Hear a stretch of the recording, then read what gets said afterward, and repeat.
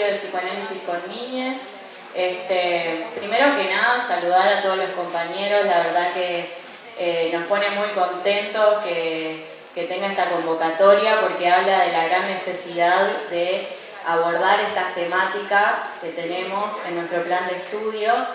Y más que nada yo quería remarcar eso de, nos preguntamos por qué hacemos estos encuentros o estas actividades desde el ALDE, y una de las cosas por las que las llevamos adelante es esto, es la discusión de nuestro plan de estudio y la necesidad de ir generando herramientas que nos permitan abordar las problemáticas actuales con las que nos vamos a encontrar y con las que tenemos la responsabilidad de poder abordarlas como futuros profesionales de la salud mental. Entonces, saludo a todos los compañeros y nada, también lo hacemos en base al contexto actual que estamos atravesando, donde debido a la crisis sanitaria de la pandemia de COVID-19, se vieron afectadas las subjetividades, se vieron vulnerados muchas personas, y también uno de los grupos, si queremos, o de quienes más sufrieron esta vulneración fueron los niños, fueron las niñeces. Entonces nos pareció súper importante generar este espacio de debate, de discusión y también de formación de herramientas para abordar nuestra futura práctica. Bueno, buenas a todos, a todas. Mi nombre es Ignacio. Siempre pensé que hablar desde acá con el micrófono iba a ser más sencillo y mi cuerpo me está diciendo lo contrario. Así que, bueno, tengo anotados acá algunos puntos como para no olvidarme y poder justamente dar respuesta al porqué, lo que venía comentando la Sofi.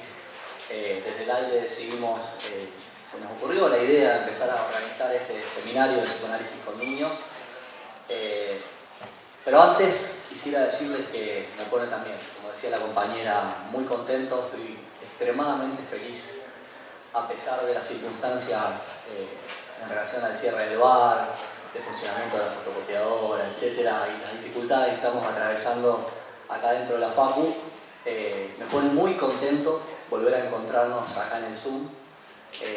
Realmente les veo la cara y me siento pleno en este momento porque nos volvimos a apropiar de un espacio universitario que realmente tuvimos que postergar por las circunstancias de la pandemia 2 años, ¿no?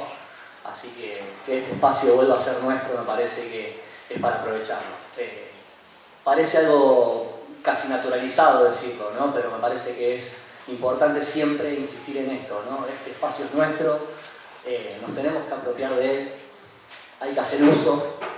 Y justamente lo que vamos a intentar trabajar en toda la jornada, en lo extensa que es, los lunes, los viernes, a las 6 siempre, en este lugar, es justamente las nuevas condiciones, los nuevos problemas con los que nos vamos encontrando, que obviamente que pensamos que son retoños quizá, ¿no? O retornos de esto que atravesamos todos.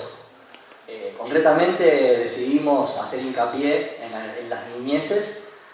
Nos parece que es la población que quedó quizá postergada en el retorno a la escuela, a los clubes, encontrarse con sus amigos, y aún así se habla de un retorno general y sabemos que según las circunstancias socioeconómicas de cada comunidad, de cada lugar, de cada barrio, las circunstancias siempre son singulares, siempre son distintas, así que desde este lugar intentamos nunca matar eso.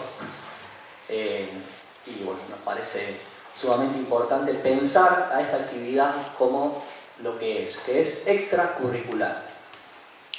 No solamente nos importa y nos interesa trabajar conceptos que venimos trabajando, aquellos que cursan tercero, cuarto, segundo, que empezamos a escuchar como el autismo, ¿no? Que forman parte incluso desde los seminarios de pregrado. ¿Por qué no están en el plan de estudio? O sea, que esto no solamente es poner en discusión y problematizar estos conceptos como la discapacidad, la pospandemia, sino que también es intentar que cada uno de ustedes, cuando se vaya del Zoom, se vaya con un interrogante, y justamente es por qué nosotros no trabajamos o no hay un hilo conductor concreto en la carrera en relación a la infancia, en relación a los niños, a las niñas, a las niñeces.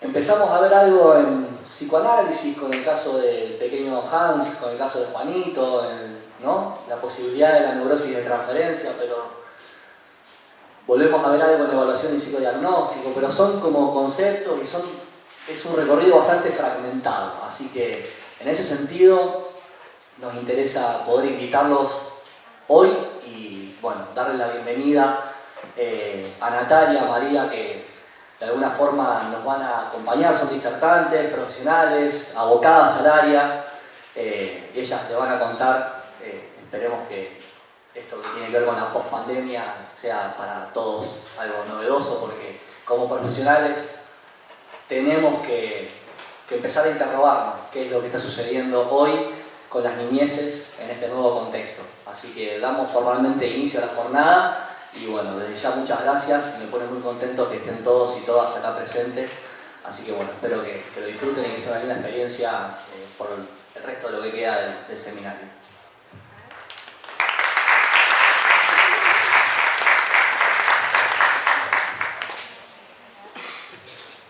Hola.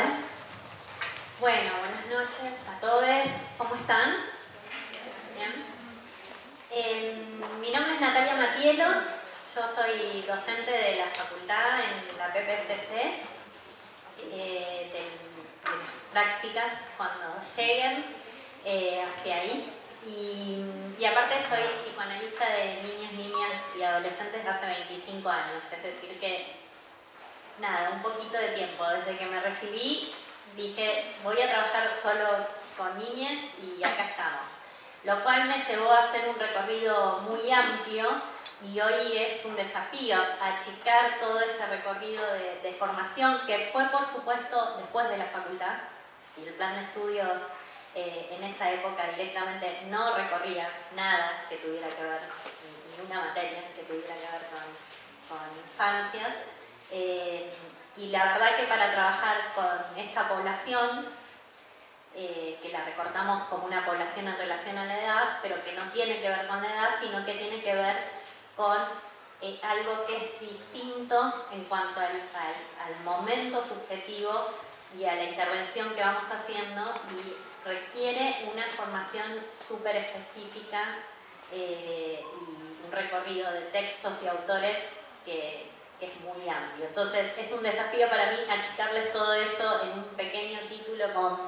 Con Fernanda pensamos niñeces en pospandemia. Primero, antes de arrancar, quiero saber más o menos, que me levanten la mano quiénes están en primero o segundo, más o menos, como para ver. Ok. Tercero, cuarto, quinto, sexto. Variadito.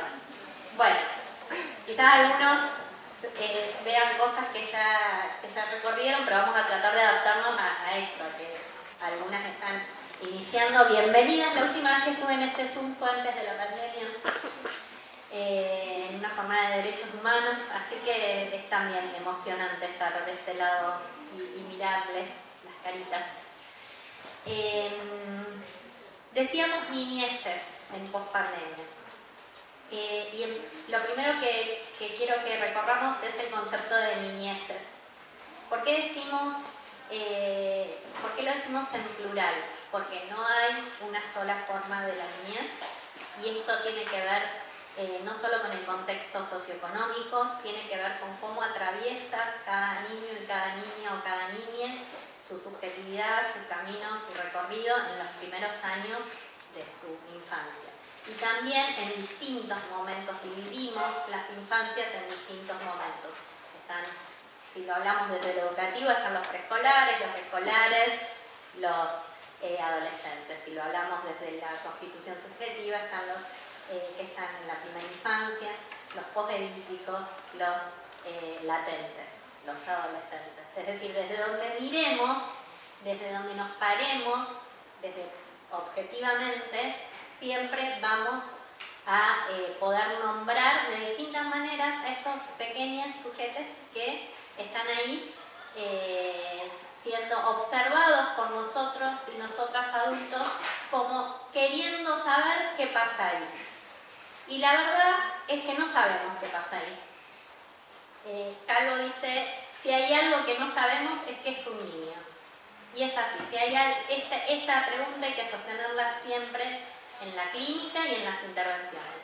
No sabemos qué es un niño, no sabemos qué pasa ahí. Y desde ese no saber, desde ese enigma, podemos ir encontrando que de aquello que parecería disruptivo, sintomático o signo de falta de adaptación, es algo que es una expresión del interior de ese niño o de esa niña que necesita ser atendido.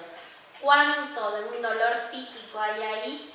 ¿Cuánto de un malestar se está expresando? ¿Cuánto es propio de ese niño, de esa particularidad de ese niño o de esa niña? Esto se lo graban, porque cuando vayan a atender en cualquier intervención de acompañante, yo sé que empiezan los recorridos como acompañantes terapéuticos, y esto es muy importante porque generalmente esos acompañamientos tienen que ver con lo escolar. Nunca vamos con una certeza. Juan Bazan tiene un libro maravilloso. Yo voy a empezar a tirar libros, así que anoten porque me encanta tirarles cosas que pueden leer. Juan Bazan tiene un libro maravilloso que se llama Las certezas perdidas, y ahí habla bien de esto, de aquello que los adultos y adultas esperamos respecto en las niñeces y que no aparece. Y decimos también niñeces porque, y tenemos que saber cuando hablamos de infancia, que es una construcción relativamente nueva a nivel histórico. Esto quizás ya lo han trabajado en algunas materias. Es decir, la infancia como tal aparece el siglo pasado. Es poco a nivel de historia de la humanidad cuando se empieza a considerar a esas personitas algo distinto a un adulto. Antes era un adulto pequeñito, que había que esperar que madure como la fruta, y en algún momento era como nosotros. Se empieza a reconocer que hay algo distinto ahí, en ese desarrollo, mediados del siglo pasado. Entonces, es algo demasiado nuevo y hay un cambio de paradigma fundamental, que es cuando cambiamos el paradigma de niño como objeto a niño como sujeto de derechos, que es con la Convención de los Derechos de los Niños, Niñas y Adolescentes. Antes de eso, Patronato de la Infancia. Les quería decir otra cosa, paréntesis. Todo lo que quede como pregunta, vayan anotando, que ustedes quieran después ir profundizando, y vamos a tener un momento de retomar y lo que quieran preguntar. Antes de eso, Patronato de la Infancia, en donde el niño era objeto de ¿quién? De sus padres. Entonces, los padres decidían qué se hacía, qué no se hacía, si los dejaban, si los ponían, si... Luego, con la Convención de los Derechos de los Niños, Niñas y Adolescentes, cambio de paradigma, se los considera a las niñas sujetos de derechos. Derechos que ustedes conocen, los de las convenciones: a la vida digna, a la vivienda, a la educación, a crecer en libertad. Maravillosos derechos. Están en nuestra Constitución. ¿Qué significa? Es carta magna. Está arriba de todo. Es decir, que sobre eso no hay ninguna ley de abajo que nos pueda decir que eso no tiene que funcionar. Pero los cambios de paradigmas en las sociedades significan cambios de representación. Cambio de representación acerca de lo que pensamos de qué es eso, de qué es la cosa. Esos cambios de representación no se dan tan rápido como el cambio de paradigma legal desde lo jurídico. Ese cambio de representación se da mucho más lento, mucho más despacio. Entonces, aún hoy, ¿no es cierto, Fernanda?, en las intervenciones tenemos muchísimas prejuicios y comentarios y modos de intervenir que tienen que ver con el paradigma anterior. Y en esto es en donde vamos las colegas y las trabajadoras, somos trabajadoras de las niñeces, trabajadoras sociales, docentes, psicólogas, médicas, vamos, y lo digo todo en femenino porque 80% somos mujeres las que nos ocupamos de las infancias, no es casual. Nos vamos acomodando a tratar de romper con esos prejuicios que siguen sosteniendo que el niño o la niña es un objeto el cual tiene que ser moldeado para que pueda vivir en una sociedad como un adulto. Bueno, no sé. La pregunta tendría que ser otra. ¿Qué necesita para desarrollarse un niño o una niña? Este niño o esta niña, ¿qué necesita para ser acompañado en su crecimiento y desarrollo para que llegue a ser un adulto con registro del otro, un adulto ético, que es distinto que bueno? Bueno, eso es rapidito lo que quiero nombrarles respecto de niñeces. ¿Por qué niñeces? Porque son distintos ámbitos, distintas franjas también de población y distintos modos de mirarlos y mirarlas. Y después la otra parte del título dice pospandemia. ¿Quién cree que está en la pospandemia? Levanta la mano. Ok, anímense. Ok, bien. Más o menos, vienen, dudamos. No sabemos en dónde estamos, yo no sé. Creo que sí, quiero creer que sí.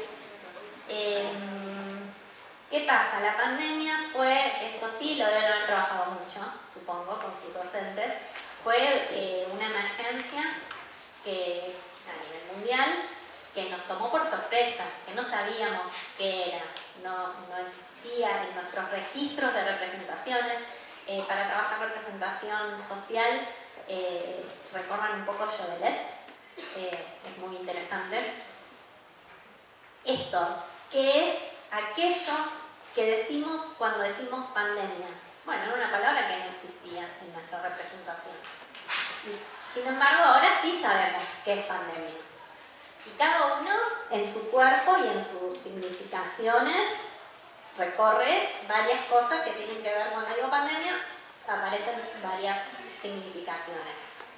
Ahora, estar en pospandemia significa estar atravesando un momento en donde nos estamos yendo de la pandemia. Eso que queremos, es una expresión de deseo.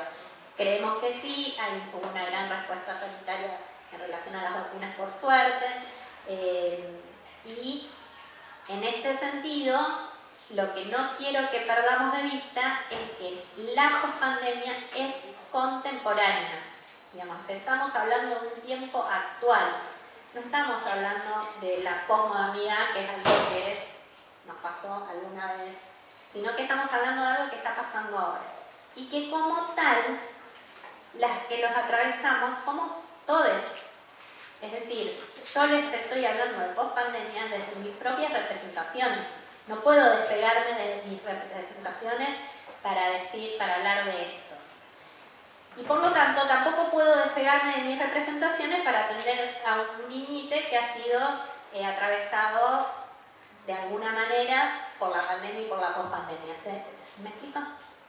Es decir, cuando atendimos durante 2 años en la clínica, ejemplo, niña de 4 años virtual, mostrándome la isla y contándome por qué estaba en la isla, por qué la mamá había decidido llevarla a la isla para estar aislada y en un lugar abierto, y me contaba y me preguntaba por la pantalla, ahí está el virus.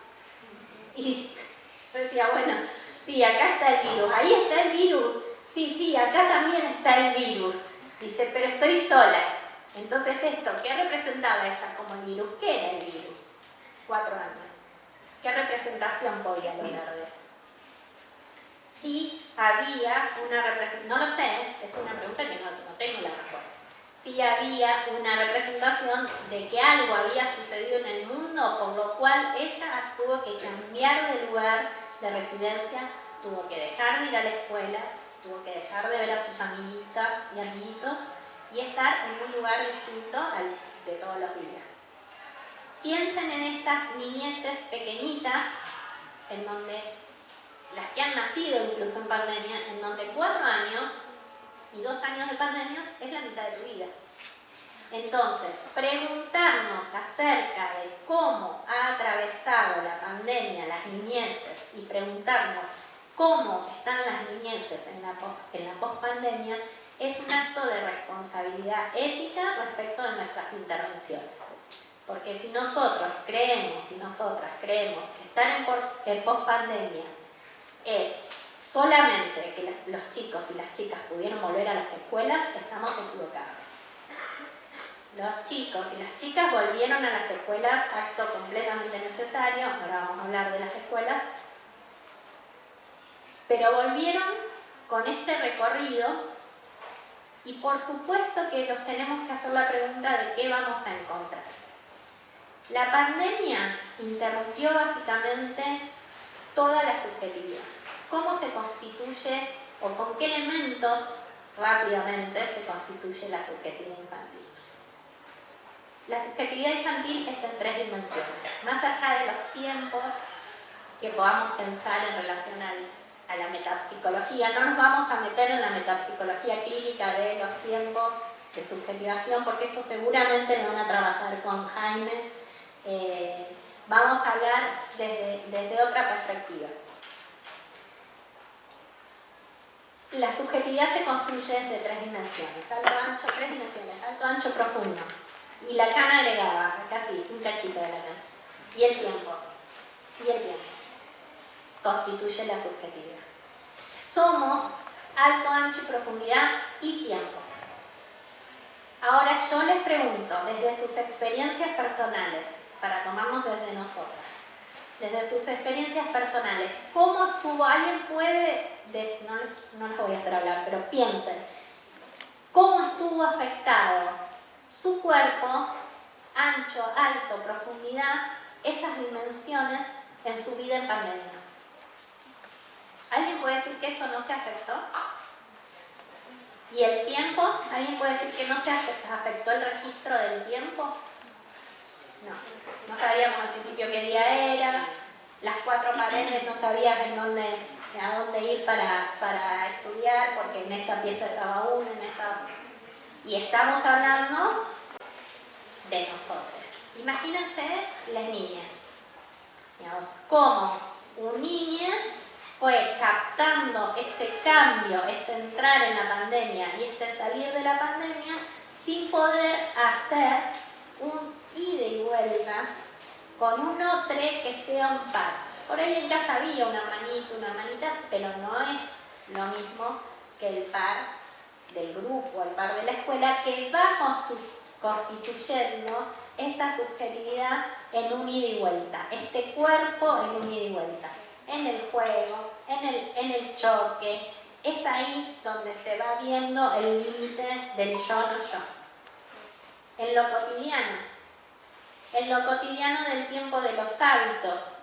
Bueno, me levanto, voy a la escuela, almuerzo, duermo una siesta, hago algo a la tarde, me voy a dormir. Eso hace un recorrido del tiempo. Los niños van desacompasados con el tiempo y nosotros y nosotras adultas como sociedad los vamos incorporando al tiempo cronológico, al tiempo del cronos. Pero el habitar del mundo de un niño es desacompasado, es a destiempo. Vieron que no solo la noción de tiempo cognitiva, que no la tienen ayer, hoy, mañana, todo mezclado.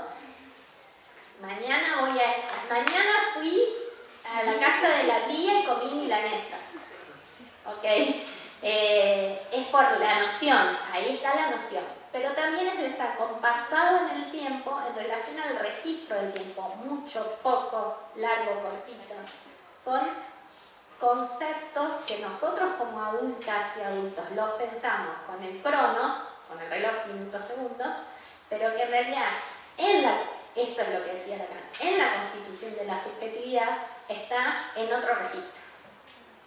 Y es necesario, que es el tiempo subjetivo. Y bienvenido que sea así, porque en la medida que es así, está permitiendo que ese aparato psíquico esté en permanente ida y vuelta con el mundo. Ustedes van a estudiar en la carrera pero aquello que tiene que ver con lo intrapsíquico, con lo metapsicológico. Y es muy importante que eso lo entiendan y lo estudien. ¿Por qué? Porque ahí van a saber cuándo es un síntoma, cuándo no, cuándo es un trastorno, cuándo esto tiene que ver con algo edípico, preedípico, posedípico, por qué se da tal signo y por qué lo llamamos signo y cuándo lo llamamos síntoma y por qué lo llamamos síntoma. Cómo se dan las identificaciones en la primera tópica, en la segunda tópica, todas estas cosas que no vamos a desarrollar porque estaríamos todo el año, son importantes. Es la metapsicología. Pero a la vez, en sus intervenciones, cuando sean profesionales, no es el único discurso, el que va a estar. Y ustedes no van a encontrar psiquismos volando por la escuela. Van a encontrar personitas que tienen ese psiquismo, que tienen un cuerpo, que tienen una estructura familiar, que tienen un contexto sociocultural, que tienen un contexto institucional escolar. Y todo eso, mirar todo eso, orienta la intervención. Por eso, último, ¿cómo estoy de tiempo? Bueno, último. Por eso es tan importante, y le invitamos a María Fernanda, para entender cómo se da la dinámica entre la escuela y este lugar escuela y la subjetividad infantil. La escuela es el lugar fundamental. Podemos criticar la educación, podemos pensar de qué manera se podría mejorar, qué es educar, podemos pensar desde Foucault para qué está la escuela, muy interesante pensar desde Foucault para qué está la escuela, pero hoy es el lugar, la institución escolar es el lugar de alojo, de recepción y de atravesamiento que tienen la mayoría de nuestros niños y niñas. Y es un lugar fundamental de terceridad respecto de esa endogamia familiar. Es el primer lugar al que salen las niñas. Es el primer lugar donde se encuentran con un otro que es distinto y semejante. Que es semejante pero que es exterior, que no es ni los hermanitos, ni la abuela, ni mamá, ni quien sea que esté en casa. Y por otro lado tiene otras reglas. Esto es fundamental para la constitución de la vida psíquica y para la constitución de la vida social posterior.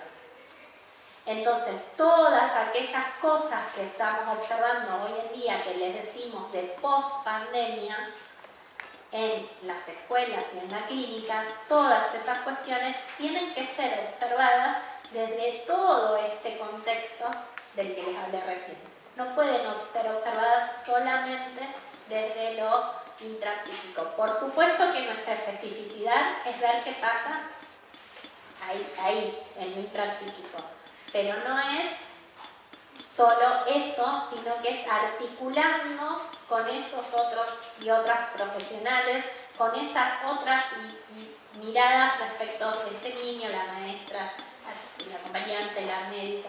Es articulando todo eso que podemos dar un acompañamiento integral y un trabajo interdisciplinario que le permita a ese niño y a esa niña que están en este momento de pospandemia poder atravesar del modo más saludable. Y ahí les recomiendo que escuchen a Alicia Stolkiner en relación a la interdisciplina, los seminarios que ella tiene, de maneras saludable desde nuestro campo de la salud mental, pero pensando también la salud mental como una salud integral. Bueno, hasta ahora. Gracias, chicos.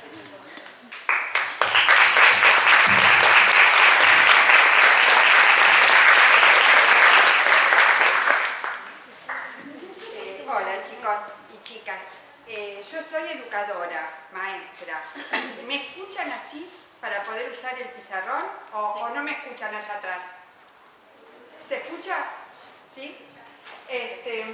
Les cuento. Primero fui maestra de jardín, después maestra de primaria Y en esto de decir niñeces, elegí trabajar primero en una escuela de centro, de acá de Rosario, y después en la Villa Banana, y después en el barrio Las Flores. Cuando llegué a estos lugares, mucho tiempo de trabajo, me di cuenta que me faltaban elementos. Vine a estudiar psicología acá, después me mudé por un tiempo a Buenos Aires, hice psicología social cuando ya estaba en cuarto año acá.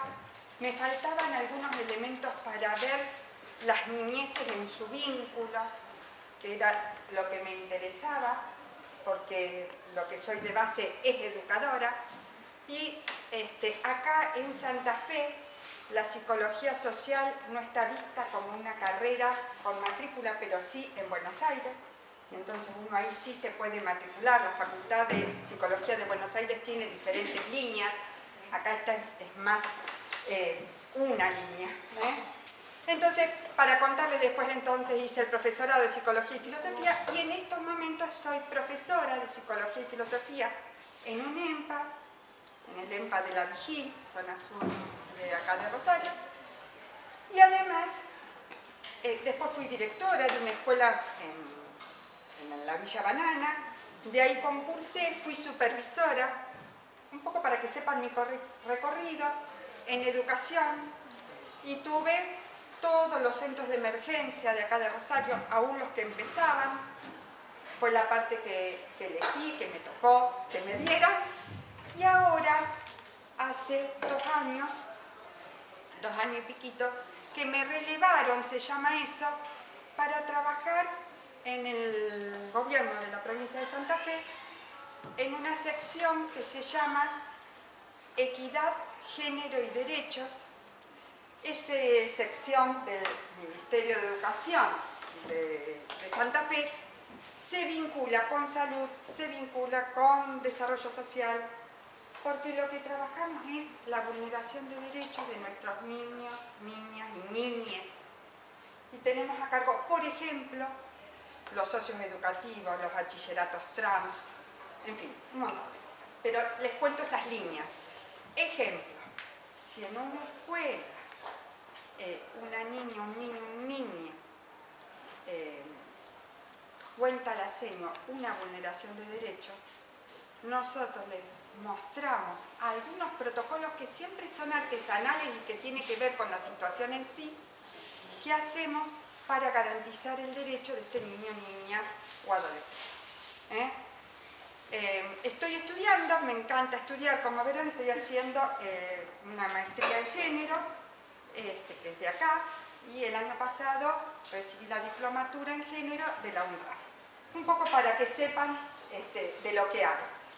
Y me anoté algunos puntitos para desarrollar con ustedes, que a lo mejor no llegamos a verlo todos, porque son 7, pero fue demasiado para este rato, pero algo vamos a desarrollar.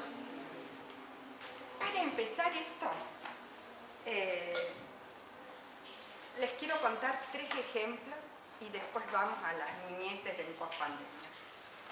Ejemplos de la semana pasada de trabajo en las escuelas, para que vean cómo es esto de circular con la vulneración de derechos.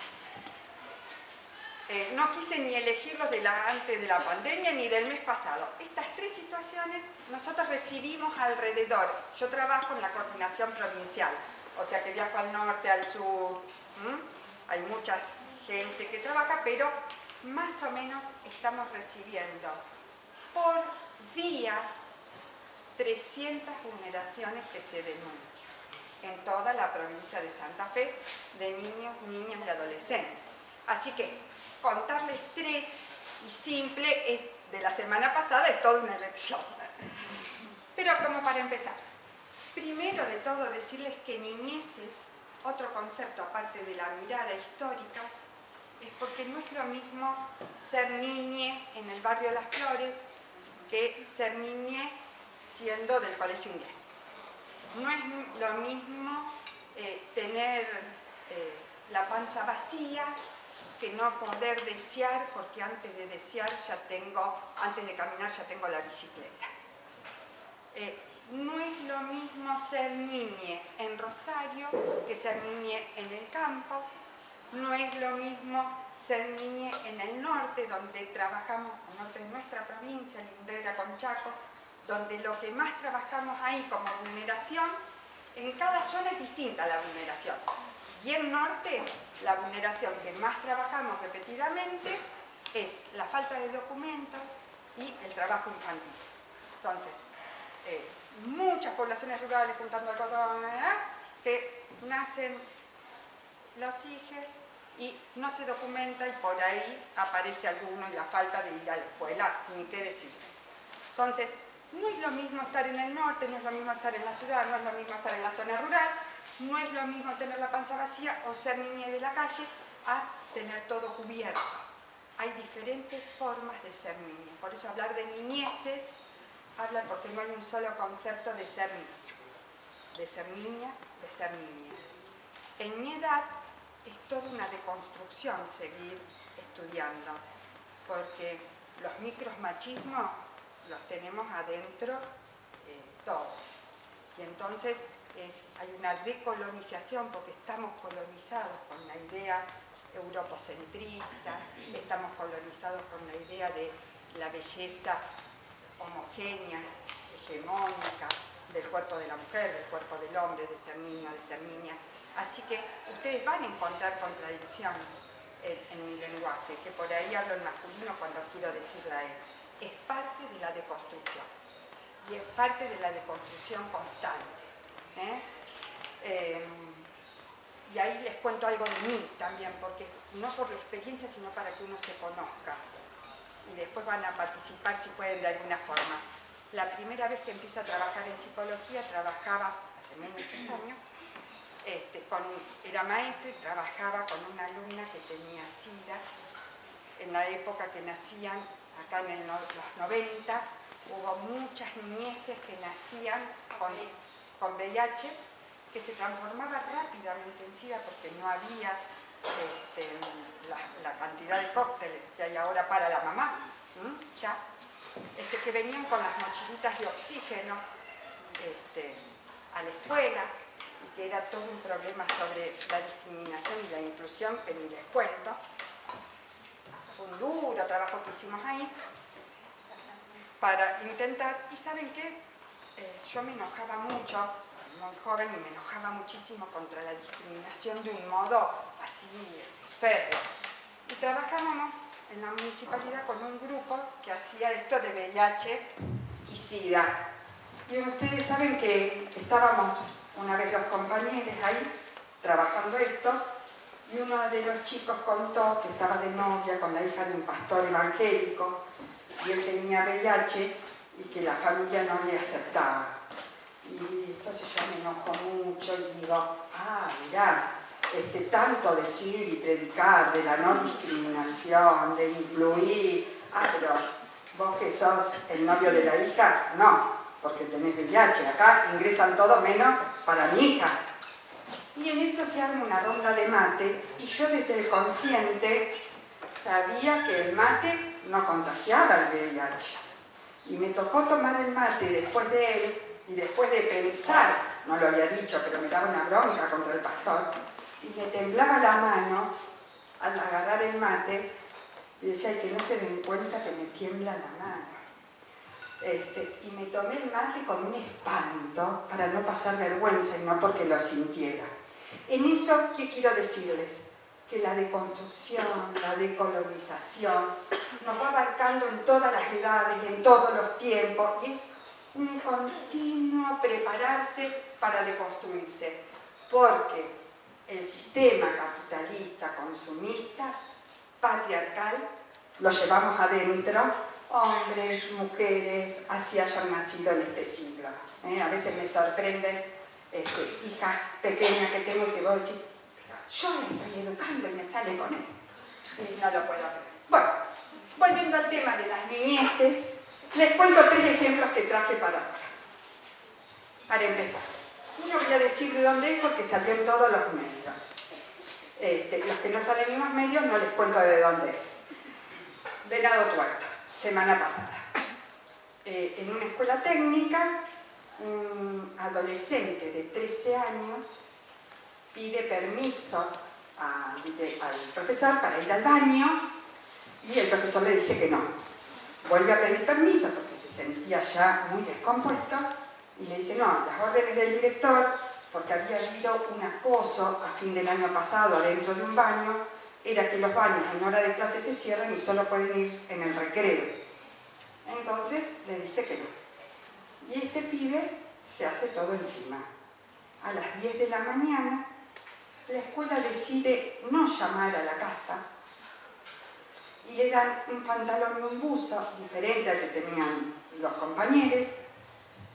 Se queda con el calzoncillo mojado, las zapatillas mojadas, las medias mojadas. La vergüenza hasta las 5 de la tarde que salen de esa escuela técnica.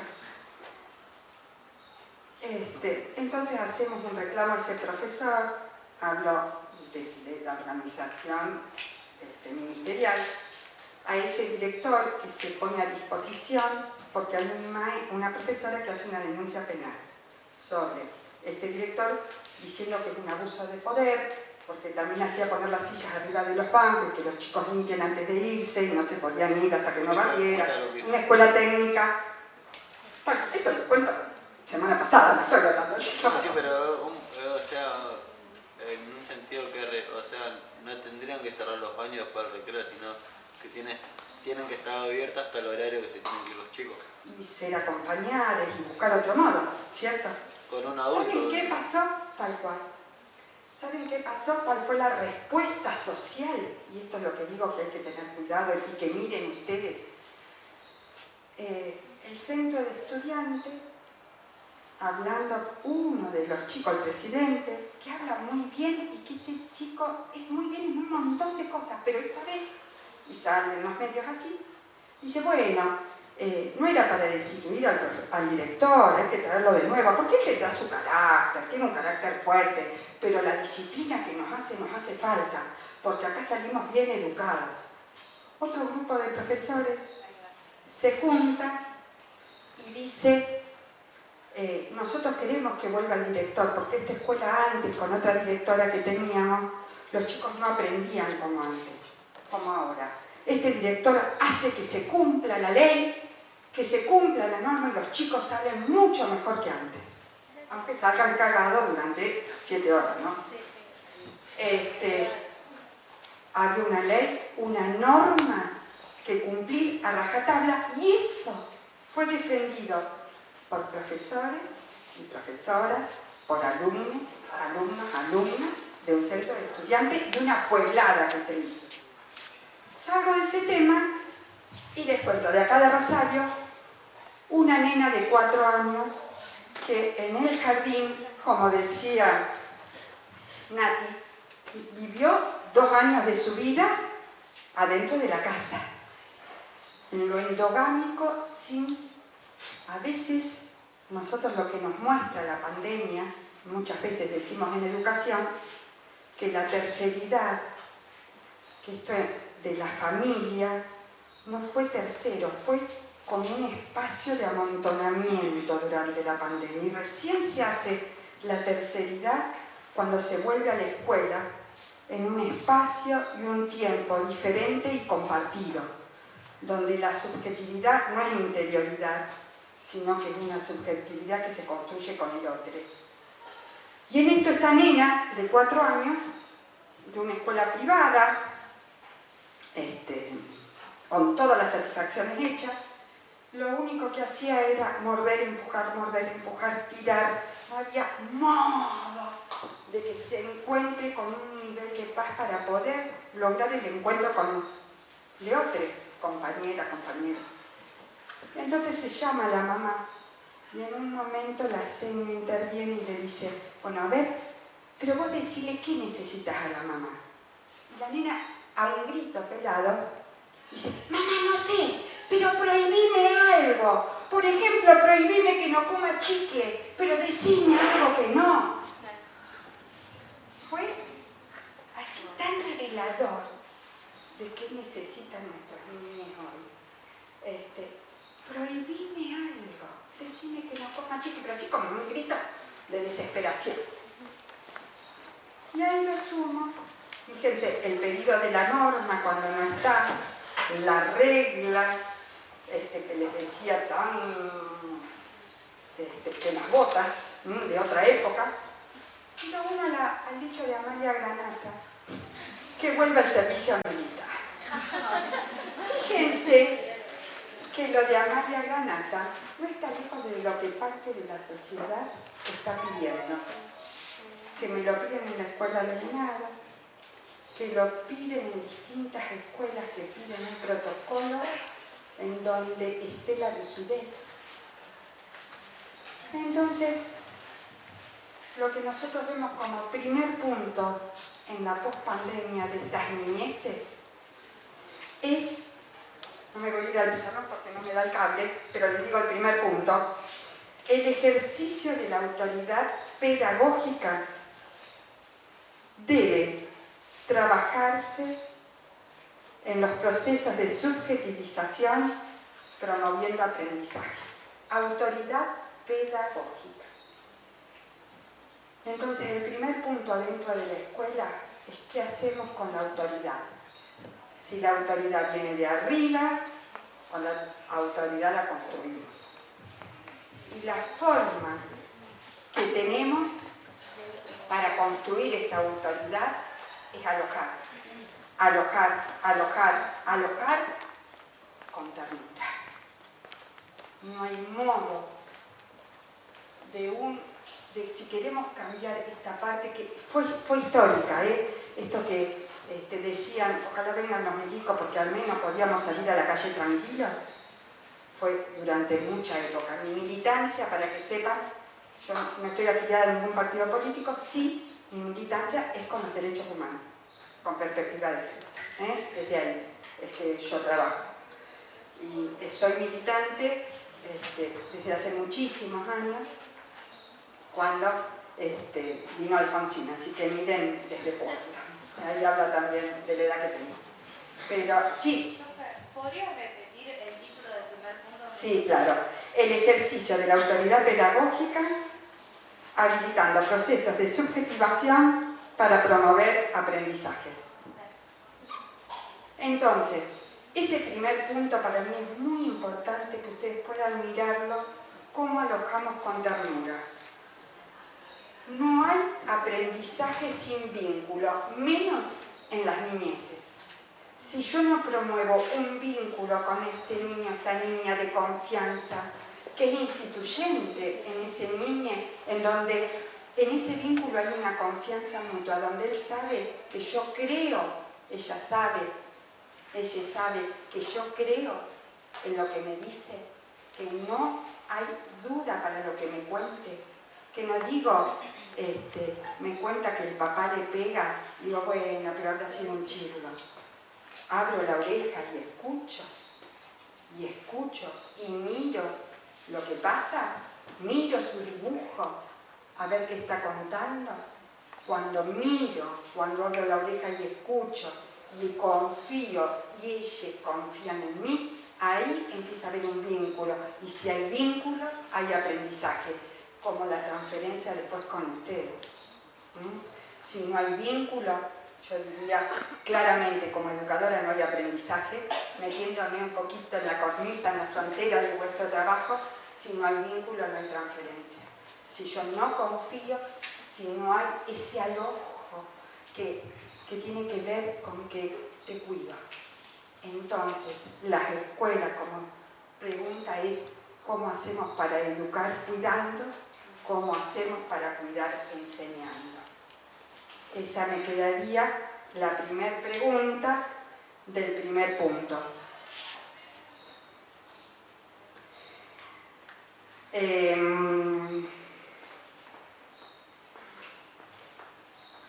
Otra cosa que hay en el primer punto que quería decirles es que los chicas construyen su identidad, el proceso identitario. Ustedes más que nadie saben que no está acabado, no lo tengo acabado yo, desde el cierto de construirme continuamente, menos un niño que se está construyendo su identidad.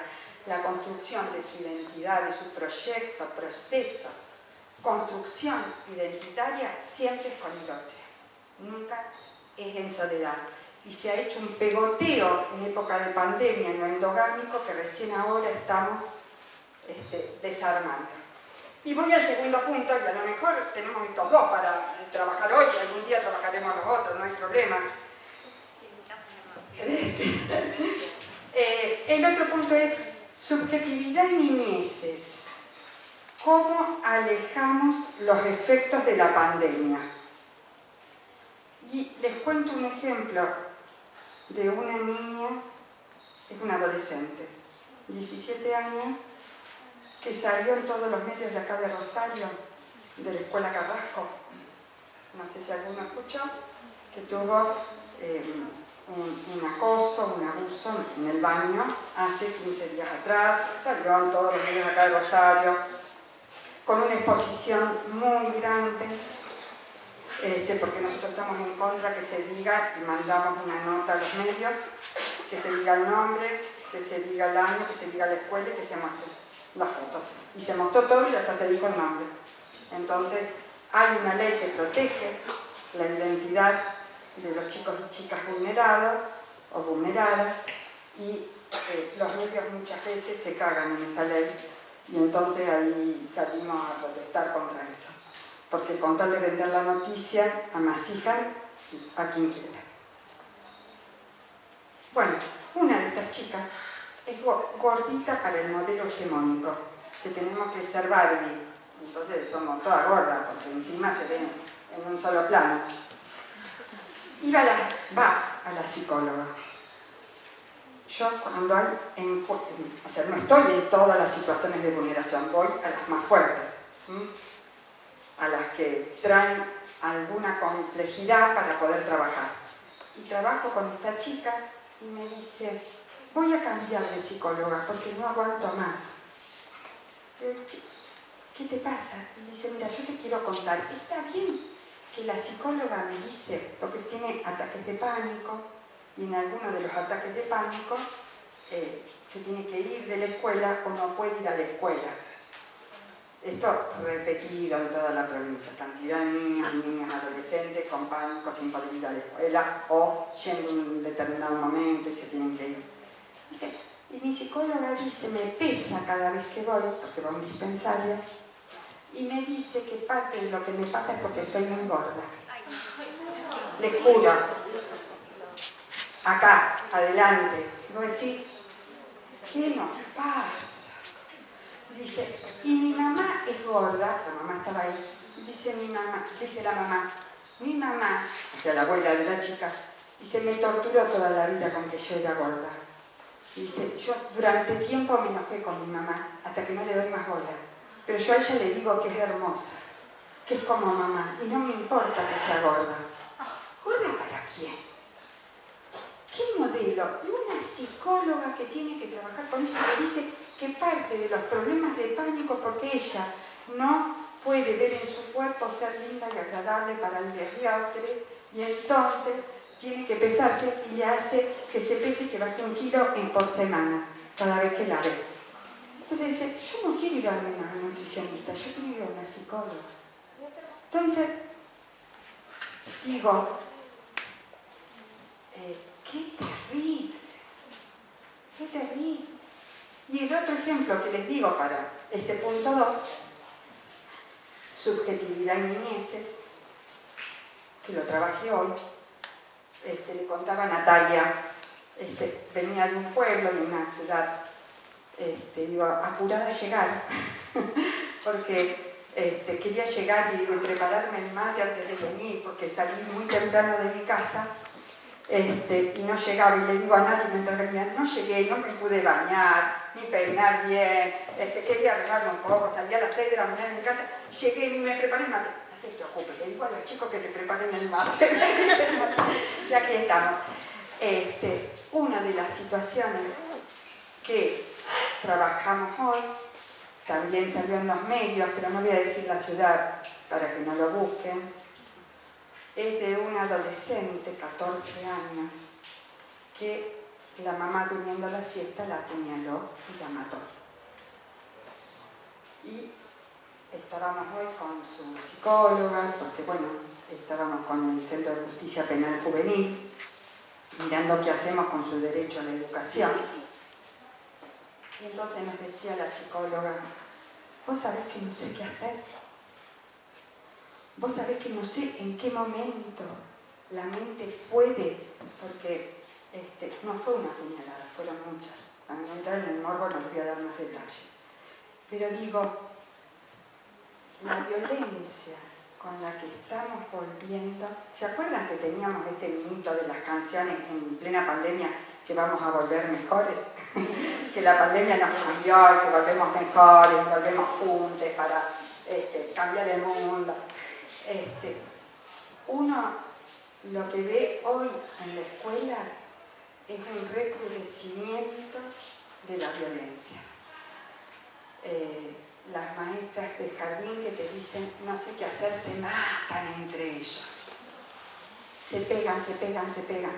Las maestras de primaria que dicen, me asusta cómo se agarran en el recreo. Cuentas de Instagram que estamos con la Defensoría cerrando todos los días. Hoy cerramos una de Firmat, porque una cuenta de Instagram que se llama Peleas a la salida de la escuela, que se filman hasta con sangre, es pegarse, pegarse, pegarse en distintas escuelas y subirlas a una cuenta.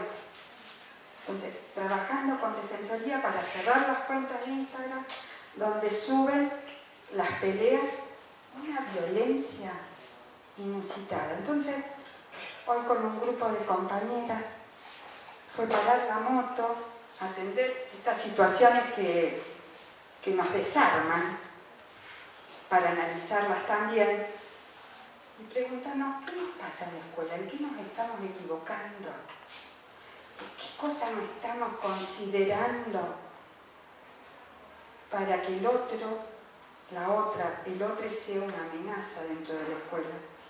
Y en vez de lograr ese vínculo de confianza, sea un vínculo en donde lo agarré a palo porque no viste cómo me miró, me miraba mal. De venganza sería algo.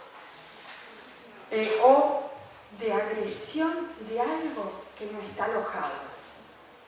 Entonces nos preguntábamos, y les pregunto a ustedes, ¿tuvieron tiempo en lo colectivo de... Se agarran las piñas, se agarran las puñaladas, con una botella. Eso lo vieron, lo viven, el temor también. Salir en Rosario también nos da un temor. Uno mira, ¿qué me llevo? ¿Llevo el celular? ¿Dónde lo llevo? Esta cuestión, o tener una hija adolescente, una hija como usted, y decir, ojo, cuando te tomas un taxi, decime qué taxi te tomás, fíjate, sacarle una foto, mirá, porque nos estamos cuidando entre nosotros siempre de este lugar de la amenaza constante. Pero me pregunto, en las clases de ustedes, en lo que están construyendo, en lo común, no en lo individual, ¿tuvieron un momento para decirse y para construirlo desde lo grupal? ¿Cómo hice para volver? Y ahora les voy a preguntar si se animan a decir alguna palabra. Lo que vemos hoy en grupo, pensando en esto de la agresividad en la escuela, con que han vuelto las niñeces, que no solamente han vuelto las niñeces así. Uno va en la calle y si no saliste rápido, te paraste en la raya blanca para que pase alguien y estás manejando y dejaste pasar a alguien, ya te tocaron bocina, ya te gritaron. En el súper, miren, se hizo un acto de la escuela por el 1 de mayo, un acto hermoso en una escuela que me invitaron a participar porque se trabajaban los derechos. Salió el acto, los chicos y las chicas, todos trabajando en los derechos, preciosos. Ahí, adelante, se agarraron 2 papás varones, mal, para sacar la foto.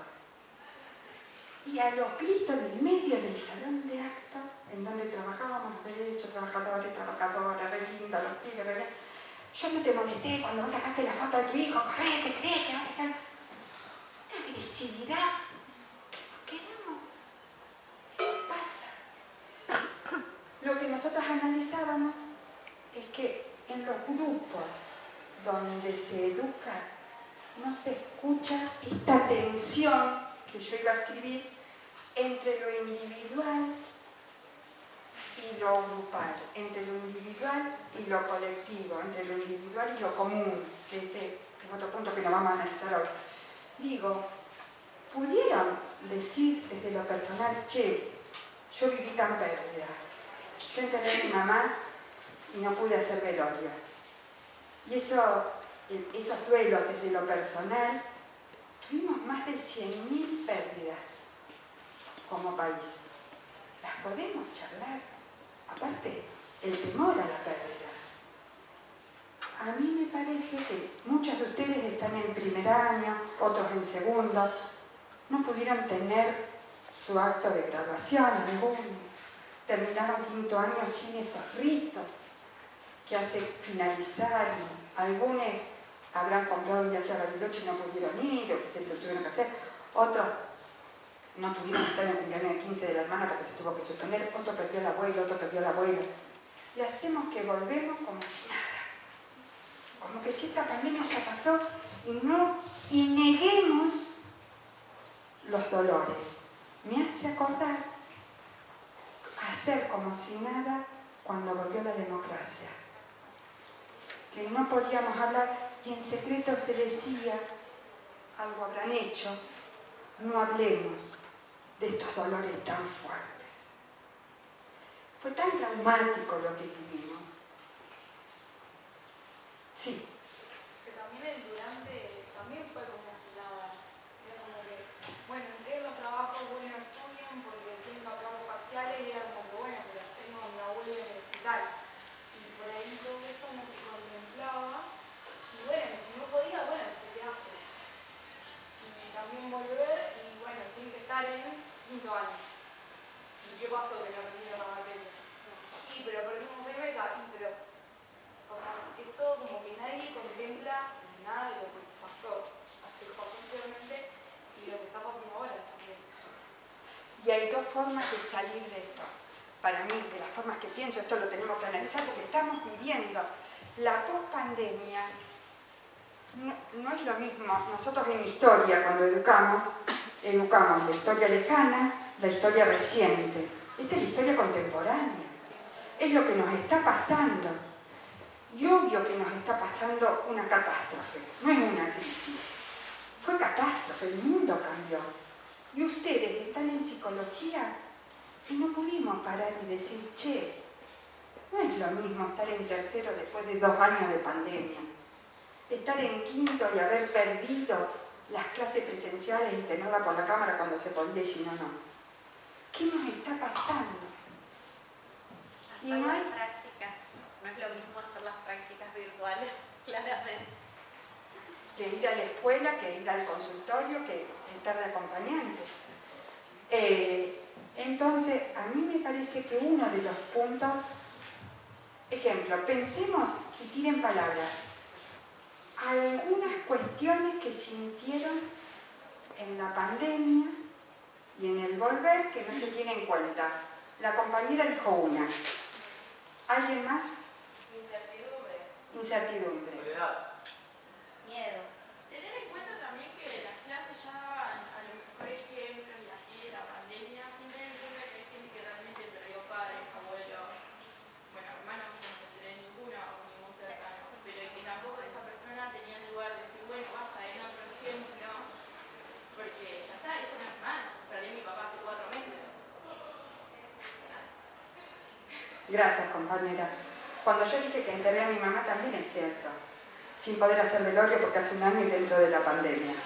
Sin tener los abrazos de tus primos, de tus hermanos, de tus hijos, porque no podía viajar nadie en un pueblo y no nos dejaban entrar. Esto que nos animamos a contarnos, estos dolores que estamos pasando de soledad, de frustración, de miedo a las pérdidas reales y miedo a la amenaza de la pérdida, es parte de nuestra subjetividad donde nos estamos formando. Las angustias que estamos pasando, no nos estamos formando igual ustedes que hace 3 años otros compañeros. ¿Cómo alojamos estos miedos que tenemos primero para nosotros? ¿Qué dices? En general, si uno va a la clínica o a la escuela, ¿saben qué nos dicen? Estoy cansada como si fuera noviembre. No doy más, necesito vacaciones. ocasiones. Es lo que se repite y se repite y se repite. ¿Cómo escuchamos a nuestro cuerpo? Si no podemos escuchar en una facultad de psicología en donde tendríamos que primero de todo y el primer trabajo es salir la tensión entre lo individual y lo común y lo colectivo. Cuando digo común, es porque todo un trabajo de no decir normal, sino lo común, porque lo normal es seguir la norma, lo común es armar lo común respetando las diferencias. Y entonces, esto de lo colectivo, que pasa a ser lo común, es cómo salimos entre todos de esto que nos arrasó la pandemia. No negarlo, porque si no, silenciamos, como silenciamos en algún momento el nunca más. Yo quería traer, y no pudimos enchufar mi compu, se las dejo para cuando quieran escuchar, una murga, La Trasnochada, que se llama Los días sin memoria.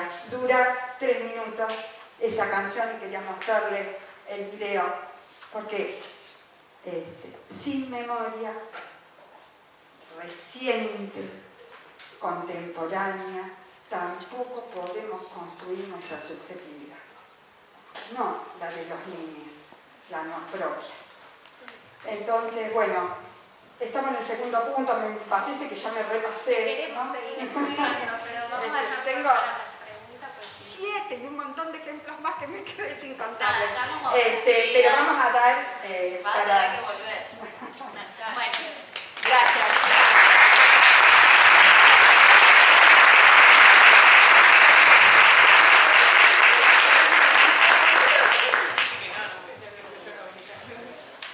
bueno, un placer charlar con vos.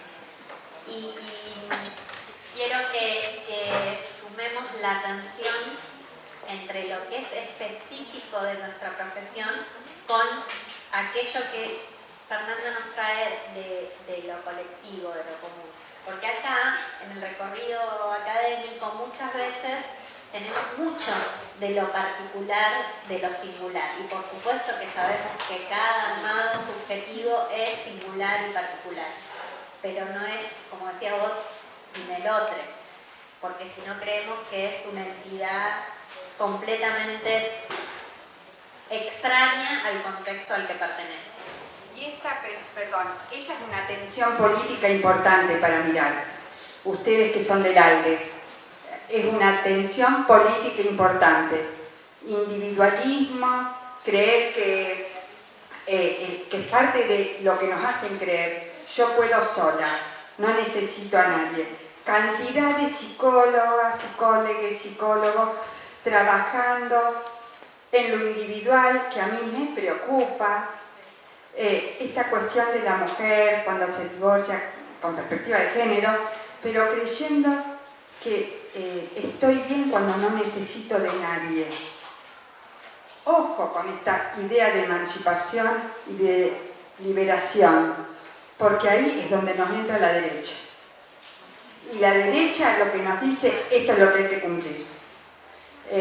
Nos necesitamos y la salida siempre es colectiva. Nunca es individual. Cuando lo hacemos individual, nos come la derecha.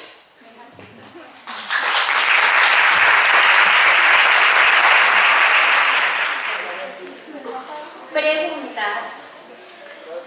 Esto, digamos, también es conociendo esto que decía David, de alojar las niñeces en espacios que no tienen que ver con la educación, es cualquier espacio que aloja. No necesariamente es solo la escuela. La terceridad que necesitan las niñas que están saliendo de la pandemia tiene que ver con algo por fuera de casa. Y depende de los contextos sociales, ese por fuera de casa puede ser cualquier lugar que le brinde una terceridad, una terceridad que no se entienda como control, como peso, como orden y progreso, me sale. Pero Claro, porque fíjense cómo enseguida aparece la palabra del orden, de la escuela como ordenadora, de eso que tenemos que estructurar, de eso que se fue un poquito de la línea y hay que volver, los ejemplos que dio Fernanda. Entonces, bueno, alojar es otra cosa. Alojar es otra cosa. Alojar es dar el espacio para que eso circule y se pueda expresar. Yo me quedé con ganas de decirle que cuando ustedes estudien de a 2 o 3, porque esto de ser colectivo, ¿qué es? Conceptualizar esto que nos pasó en alguna frase, que después les quede pegada en la heladera, que puedan hacer una frase que les quede en un imán. No necesitamos hacer el curso, porque a lo mejor no tenemos el espacio, pero sí cuando se junten a estudiar, cuando se junten a matear en la plaza, en donde puedan decir, che, yo de la pandemia lo que más me afectó fue la soledad, a mí me afectó la incertidumbre, a mí el proyecto de vida, a mí construir futuro, poder conceptualizar algo de esto. Conceptualizar lo que nos pasa nos hace salir de la fragmentación, porque ahí es donde lo hacemos con el otro y entonces le damos la vueltita que es escuchar el cuerpo, escuchar los dolores, procesar. Estamos de duelo, con o sin ausencias de personas en la familia. Estamos en un momento que era otro de los puntos, duelando todas las situaciones que perdimos durante estos 2 años. Y el duelo no se termina porque empecemos la presencialidad. Los abrazos que nos faltaron, los besos que nos faltaron, los proyectos que no pudimos hacer, las ausencias familiares de amigues que tenemos, estamos en un proceso de duelo. Entendernos que por ahí vamos a tener re ganas de estudiar y hay días que la cabeza se nos va y hay que volverla a traer. Perdonarnos lo que no podemos, aceptar que hay cosas que, bueno, no tuve la mesa, no tengo la fuerza de rendir hoy. Tenemos tiempo, no a la sobreexigencia. Eso les diría que es neoliberal también, como el espejo. Bueno, preguntas, porque nosotras dos, como verán, podemos estar todavía. ¿Qué les quedó? ¿Qué cosas? Necesitan. No terminé de entender a qué se referían con la perspectiva alto, ancho y profundo del cuerpo. Bien, porque fue rapidito. La construcción de la imagen corporal y de la internalización del yo, aparte de todas las fases que ustedes estudian en relación al armado de la subjetividad, primera tópica, segunda tópica, depende por dónde lo vayan recorriendo, pero aparte también la podemos pensar desde la construcción del yo en 3 dimensiones, lo relacionado con la pandemia. Cuando esas nociones de las 3 dimensiones, alto, ancho y profundidad, acá no agrega tiempo, se ven alteradas, se ve alterado el armado subjetivo.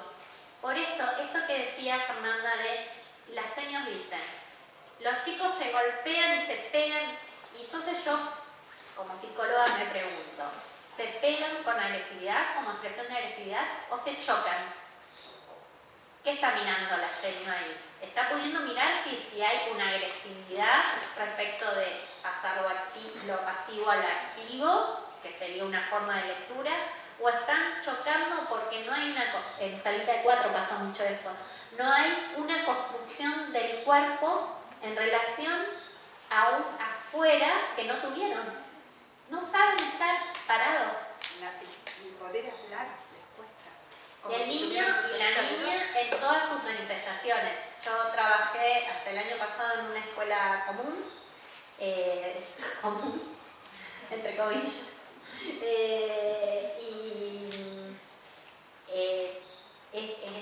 en el nivel inicial, salita de 3, salita de 4, salita de 5.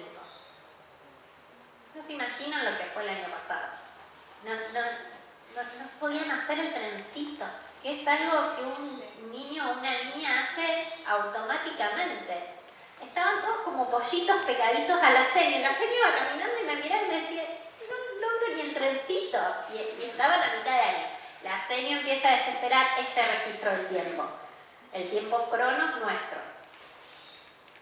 La seño empieza a desesperar porque empieza a ver que se acerca la mitad de año y que todavía no salió del periodo de adaptación, que tiene que cumplimentar cuestiones que supuestamente están planificadas, y salir de la pandemia que no puede como acompasarse con el tiempo del niño. ¿Se entendió un poquito más?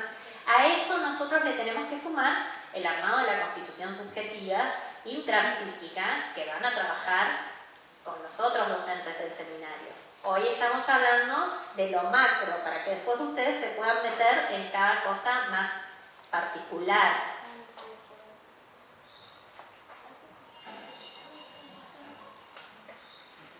¿Quién más?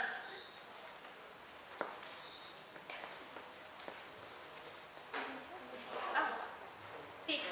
Bueno, más que nada es mi punto de vista con respecto a este tema del yo puedo sola, que nosotros crecemos, no sé si yo creo que es más en esta época o no sé, pero me parece más focalizar más, que estaría bueno, tanto en los hogares como en las escuelas, hablar más y focalizar más el tema de la relación con el otro. Por ese ejemplo que daban ustedes, de que en el recreo dicen, se lo caí a piñas porque me miró mal.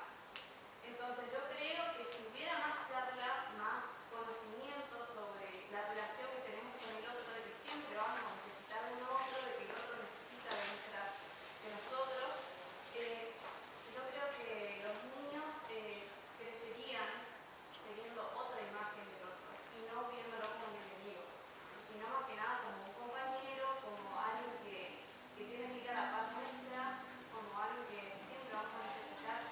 No sé si necesitar, pero bueno, sí necesitar porque siempre vamos a necesitar de un otro, desde el día que nacemos necesitamos de un otro. Y no sé, me parece, no vale a ser que sea, tener un poco más charla sobre la relación con el otro, para poder crecer, ¿no? Ya te recibiste, te acabas de recibir de psicóloga. Te acabas de recibir de psicóloga, ya está. Es eso. El registro del otro como semejante es lo que constituye subjetividad. Sí, porque El registro de la patología o lo que vemos como cuadros patológicos, ¿qué son en los niños? Aquellos que no logran, por alguna razón, que ya van a ir estudiando, el registro del otro como semejante. Ese es el posicionamiento ético fundamental que tiene que tener un psicólogo, una psicóloga de su trabajo, el ayudar a armar un registro del otro como semejante. Semejante que puede ser más cercano, más similar, o el semejante ajeno, aquel semejante que, bueno, que no pertenece tanto, pero que es semejante en tanto ser humano. por ejemplo, el ejemplo que daba recién, lo del trencito, que no podían hacer un trencito. Me parece que ahí en ese momento hay que detenerse, sentarlo a todos y charlarles para que puedan entrar en razón y lograr hacer el trencito. Porque ¿qué pasa? Yo entiendo también que las masas están de un día largo, qué sé yo, pero no pueden hacer el trencito y no hacen el trencito y lo terminan haciendo. Sí, o preguntarse para qué necesitamos el trencito también. Está interpelada la educación. Sí. Buenísimo. Y bueno, justo todo lo que hoy estaba escuchando, justo eso me equipo porque sí, nosotros estamos viviendo una situación de mucha violencia y eso se traslada en las escuelas, en la institución, no solamente con primera infancia, sino también con segunda infancia y adolescencia.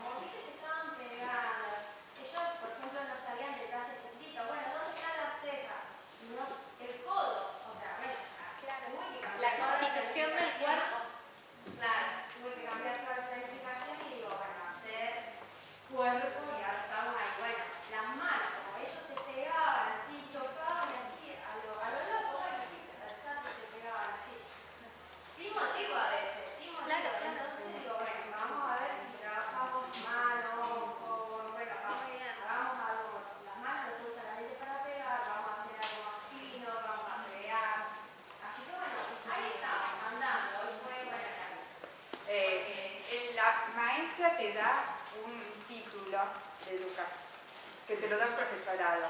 Vos te recibís de educadora, como digo yo, porque es totalmente distinto, ¿no? El título lo podemos tener, ser educadora es algo que uno va adquiriendo y va eligiendo. Poder salir de la currícula, de la norma, y ver que necesitan, y ver que este cuerpo que se choca no está construido en su subjetividad y en su noción espacial, porque espacio y tiempo fue lo que faltó, y no patologizar la infancia. Estos chicos están todos enfermos porque se matan y hay que llevarlos al psicólogo. O estigmatizar, este es el que más pega, este es el que menos pega. O ponerle el bonete, como decimos en la escuela. Les voy a traer un ejemplo para ir en el paralelismo de las niñeces. El otro día recibo en el consultorio una consulta para ver si su hijo tenía síndrome de Asperger, porque se lo habían dicho, porque no logra sostener la jornada extendida en el colegio inglés. 8 horas adentro del colegio inglés. Todo bien, pero yo tampoco lo haría. Lo importante de esto que hablamos hoy, de la mirada integral, de ahí automáticamente pensar, bueno, a ver, contame, ¿cómo fue? Antes sí podía, no, porque él pasó de salita de 4, ahora está en segundo grado. Entonces, antes, está en segundo grado y no sabe leer y escribir. Sí, no sabe leer y escribir, no aprendió. Y la mamá en ese relato me dice, yo tengo tres hijas, estos son mellicitos, nacieron con alguna dificultad, bueno, toda la anamnesis clínica que uno hace, pero me dice, la verdad, estuve 2 años haciendo tarea con mis hijos y ellos siguen mandando tarea en el Classroom. Dice, yo no doy abasto en que terminen de hacer la tarea del Classroom porque ahora están 8 horas en la escuela, entonces después tienen que hacer la tarea del Classroom. Claro, a ver, lo que dejo es la pregunta, ¿cómo pretendemos volver a lo que, incluso sumando los recursos de la pandemia, en este caso sumando el Classroom, cómo pretendemos volver de la nada misma a como si no hubiera pasado nada? ¿Me explico? Este trabajo de alojar, bueno, en algunos será de una manera, en otros será de otra, pero lo básico es escuchar. Y escuchar al niño y a la niña en todas sus manifestaciones, no solamente en sus manifestaciones orales, porque es lo que menos por ahí nos va a decir, sino en este malestar del cuerpo que no se puede quedar quieto, en este niño que supuestamente tiene síndrome de Asperger porque se queda colgado de la palmera. Entonces, bueno, es de una responsabilidad ética, quiero retomar la idea de la ética. Es de una responsabilidad ética posicionarnos comprendiendo no solo lo intrapsíquico, sino también el contexto. Si no, estamos trabajando recortado capitalistamente, digamos. Trabajamos para que funcione, para reparar. Y tenemos que trabajar para que circule, para que se produzca. Bueno, ¿están casados? Sí, nosotras también estamos en el apoyo.